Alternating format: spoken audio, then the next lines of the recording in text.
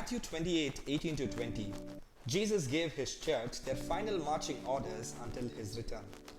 But how do we know if we're making progress in the Great Commission?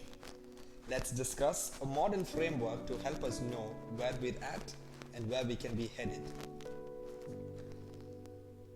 The 7 phases of progress is a framework that helps us assess the status of Great Commission among a particular people or place so that we can pray, labor, and coach towards further progress. Phase 1 is adoption. Whenever we accept the responsibility to go to a people or place, we begin to pray for them. Phase 2 is when we begin to go and sow the seed amongst the people or place. Phase 3 is whenever God causes that seed to grow and people believe and they're baptized. Phase 4 is whenever those believers start gathering together as a local church to obey the commands of Christ. Phase 5 is when the local church starts reproducing by sending its own believers to go and repeat phases 1 through 4. Phase 6 is whenever churches are multiplying to the 4th generation and beyond. And phase 7 is when there's a sustained gospel presence, which could be 10% of a given place or people that is actively worshipping Jesus, or multiple streams of 4th generation working together to saturate an area with the gospel of Jesus Christ. The 7 phases of progress are a framework that summarize the biblical progression of kingdom growth as seen in the book of Acts. If you recall in Acts chapter 1 verse 8, Christ gave them a task of adopting Jerusalem, Judea, Samaria, and the ends of the earth. As they had the opportunity, they began to share the gospel and people were baptized. Local churches were established in Jerusalem, and then the gospel began to go all the way up to Antioch. And then from Antioch, it began to spread towards Galatia, Macedonia, and Asia.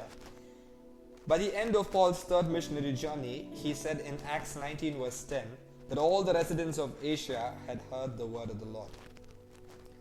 If you're using 4-field framework, this might be a helpful way to think of the 7 phases. Phase 1, adoption happens. Whenever God gives us a heart for people or place and calls us to go there. Phase 2 happens whenever we enter and begin to sow the seed of the gospel. So fields 1 and 2. Phase 3 happens when we enter, sow the seed. God is also causing people to believe. So they're taking baptism. So that's fields 1, 2, and 3. Phase 4 happens whenever we have entered, sowed the seed, people are baptized, and they also begin to gather together as believers so they can further grow in a mature expression of Christ's body. Fields 1, 2, 3, and 4.